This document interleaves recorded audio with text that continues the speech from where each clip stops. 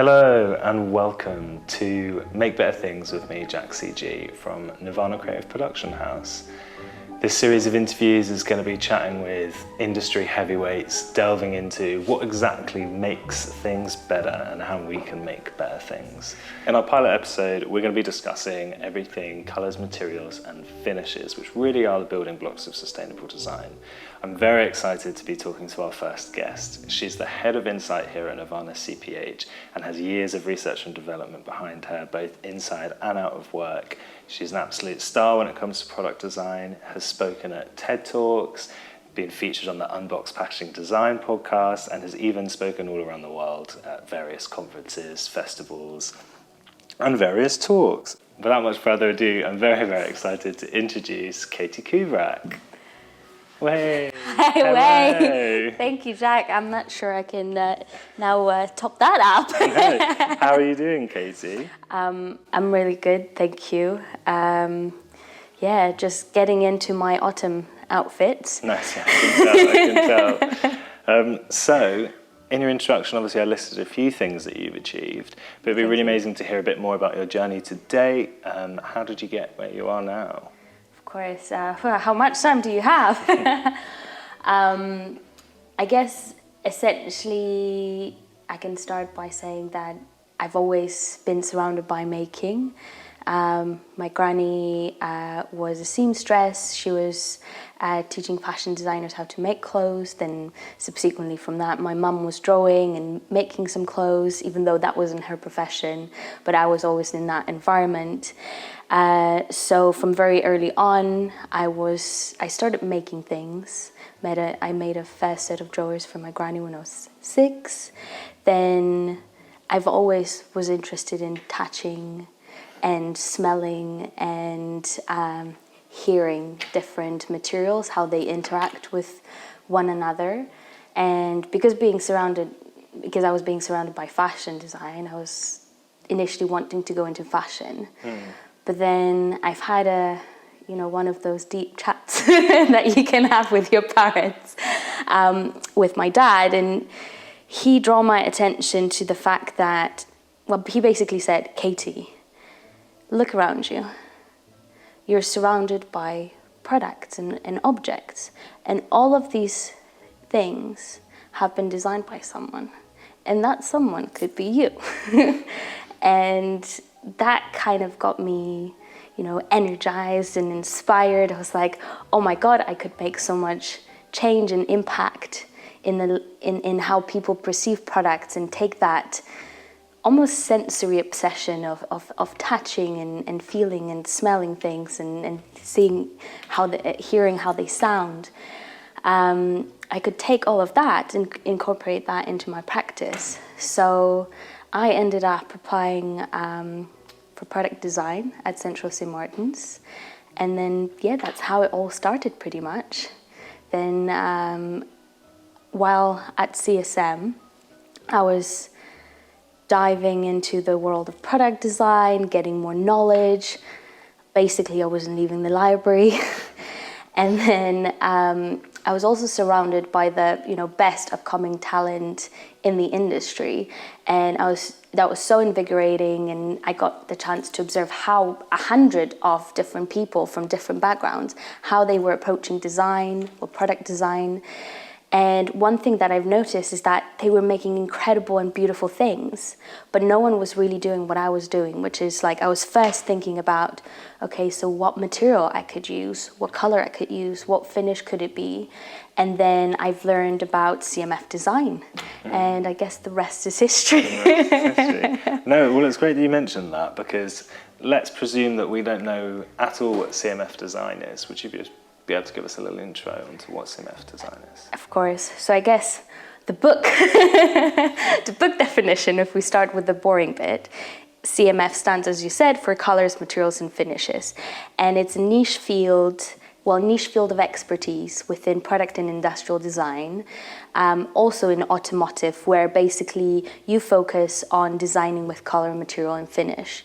So whether you have a piece of furniture, whether it's a consumer electronic good, whether it's the interior of your car, you think, okay, what colors, materials, and finishes I can use in order to create a certain experience. So that is that in a nutshell. And then obviously when we dive into like just product, just consumer electronics, just automotive, it takes slightly different shapes and forms, starting with the fact that in automotive industry it's called color and trim, that's CMF design. Right, okay. So yeah, lots of nuances. Yeah. You mentioned that you were thinking about things quite differently to the people that you were studying with, at least. Yeah. How do you think that a CMF approach differs to the way that other people might have been doing it? I think from my experience traditionally, how we were being taught CMF design, it hasn't been the main drive of the design process, whereas my approach has flipped that over. So in my practice, I've been first thinking about color, material, and finish, whereas traditionally we're being taught that CMF is more of a styling tool. You first do your consumer research or market research, you come up with a product, we come up with a shape, you do that alongside your double diamond methodology developed by British Design Council, and then gradually as you get towards the later stages of that model, you start applying color, material, and finish. When you add another layer of user-centered design to that, you add color, material, and finish not for the purpose of production, etc., but how will it respond to the ergonomics of that user? How will that user react? So then the process again is not CMF driven, it's more user driven, user-centered driven. Whereas for me, the entire journey of the design starts with what sort of material should I use, color, and a complementary finish to that. And then through that, I've always been able to make more efficient transition into prototyping and then production in the projects I've been part of. Nice. So I was going to ask, what kind of benefits do you think leading with CMF gives you? Generally, across multiple projects that especially we get at Nirvana, we often get projects that have already been designed and developed. A designer, a brand, or an agency spend months, sometimes years, developing a product. And only when they come to us, they start thinking about color, material, and finish, again in line with that design process where CMF is mainly used as a styling tool rather than a driver of the design process. And we often find that causes a lot of friction and disappointment when you get to the prototyping stages, because if you design something and you consider, okay, I might want to use paper for that, or that particular board, oh, I really like this material and the look and feel. But then, for instance, at prototyping and production stages, you find out, well, actually, I can't use that material for the quantities I need, for the budget that I have, for the time frame that I have. Oh, actually, there would need to be some tooling investment. Actually, so there's so many different levels of information that all of a sudden start popping up that nobody's considered before, that when you're applying CMF-driven methodology from the very beginning, all of that friction and all of these issues are resolved even before you start designing. Because when you're starting designing, okay, you're going to create a product that's going to sell a million items, or a product that's actually going to be just sold 100 units because it's a custom production and it's a limited edition. So all of these elements are usually known at the beginning. But if you open yourself up to all the materials and all the possibilities in the world, and you design something beautiful, but then that production and material-driven element hasn't been added to it, there is usually a lot of disappointment that happens at that stage. And we always really want to help everybody and do what they want, what they imagine, but there are limits to people's budgets, to the time frames, etc. What what kind of ways have you been using CMF with Nirvana, maybe specifically, to try and reduce that friction and tackle those issues? There are two things that we've developed.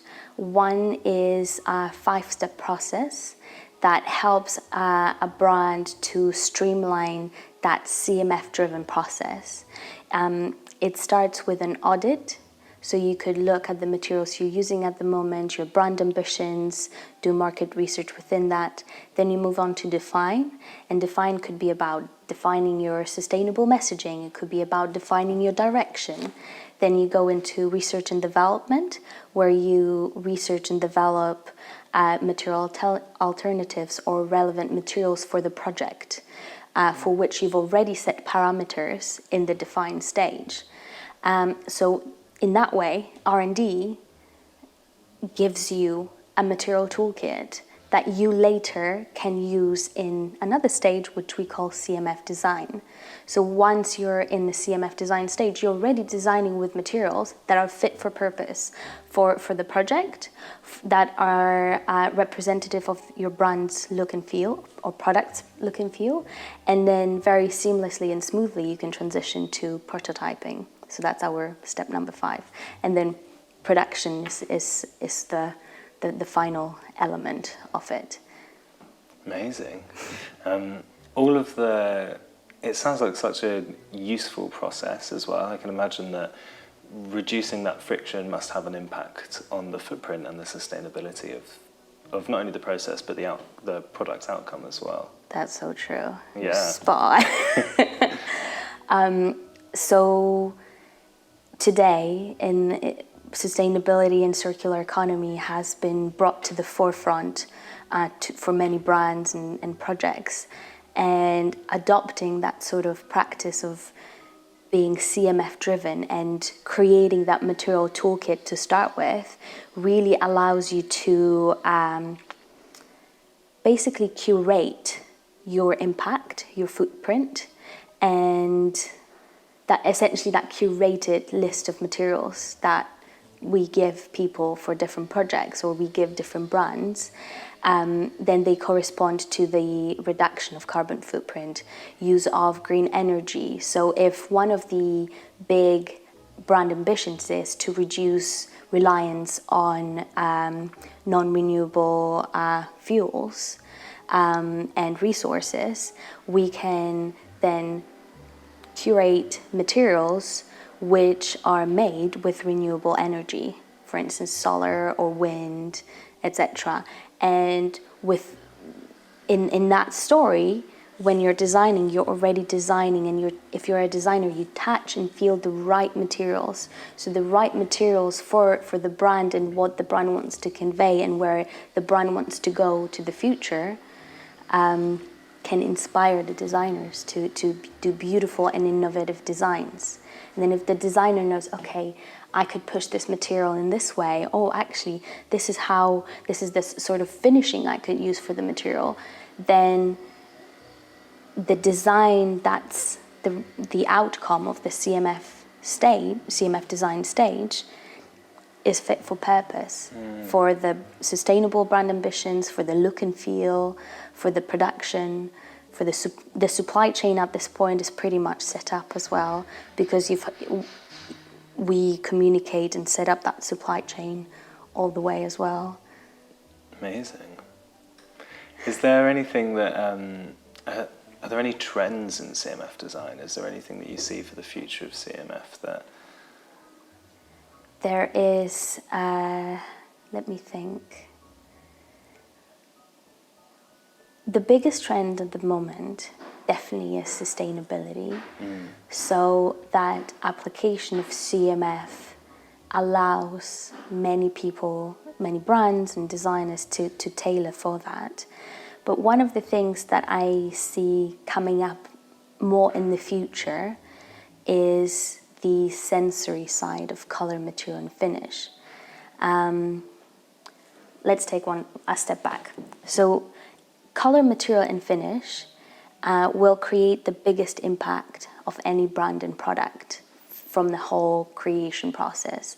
It accounts, depending on the resources that quote that, it's somewhere between 50 to 90% of the environmental impact of any product will come from color, material, and finish. Its production, its extraction, etc.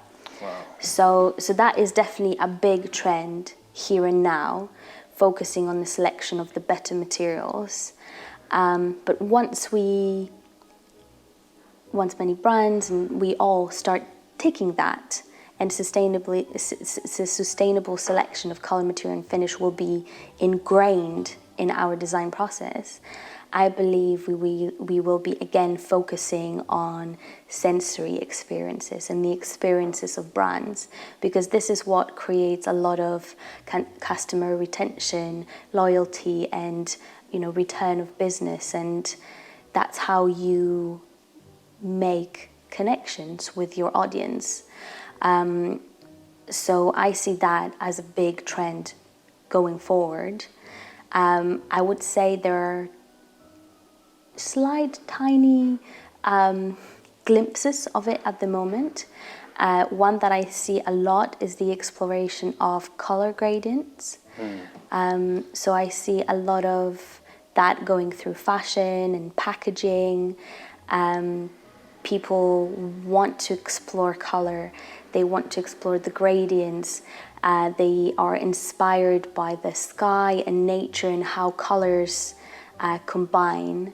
And I see that as almost step one, an entry into that realization, okay, so colors, materials, and finishes have this huge impact, but they also affect our sensory perception of everything that surrounds us. So a combination of your sofa, your chair, or your packaging, or in the retail space, a carpet, different furniture, etc. All of that will create a certain ambience. And that ambience, that sensory perception that we will experience while interacting with something comes, again, from color, material, and finish. So once we start choosing better CMF for the projects that we do, I believe we will then again focus on trying to find something new, something that can make people interested, and the sensory aspect of that will be a natural route that we'll start to follow. Amazing. It's so great to learn all about CMF. It's clearly something that surrounds us all, and we're hardly aware of it, but it's so great for it to be brought to light. I mean, it's incredible. Just look at the table, right? If you touch the table or you touch your notebook, there are two different surfaces, two different materials, and they create a completely different sensory perception.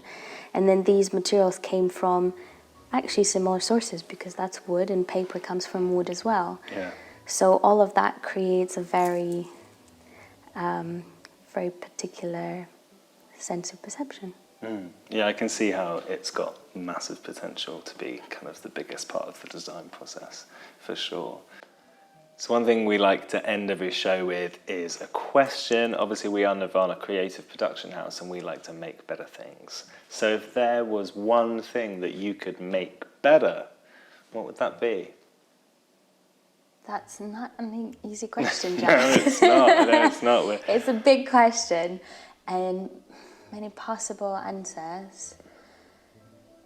I reckon I'd say communication, because both in work and life, whenever I think about how we're educated things and professions, but we're never really properly educated how to communicate with one another and communicate things we do, and that then spirals down into, well, even when you take what I do with CMF, I feel because there's no good communication on, for instance, recycling, or what is the actual life cycle of certain materials, etc., a lot of people are confused, but at the same time, a lot of people have and operate with different sets of information.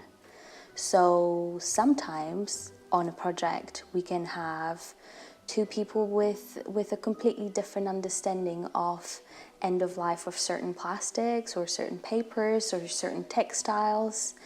And on certain projects as well, and I have one project at the moment where we are working with 5 suppliers.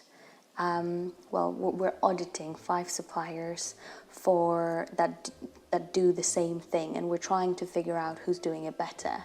Right. And when we're asking the questions about end of life and recyclability, people are saying completely different things, and it's the same material, the same infrastructure in Europe to use it.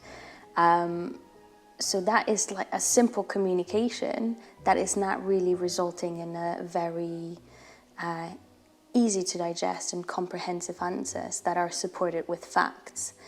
And then that, if you have a supplier that's giving you different information, depending which supplier you talk to, and not everybody talks to that many people as we do, they will operate under different influences.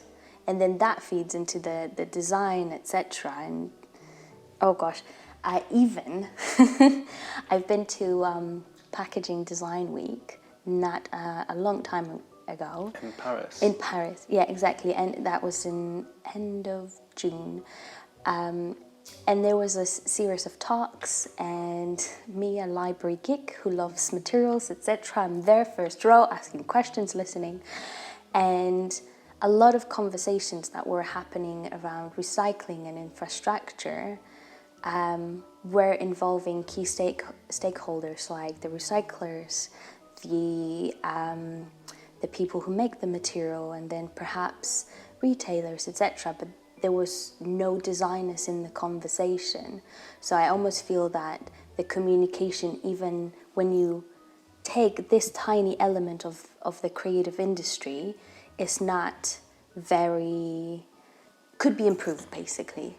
And if you engaged all the stakeholders, including the designers, you'd create a better and more sustainable future.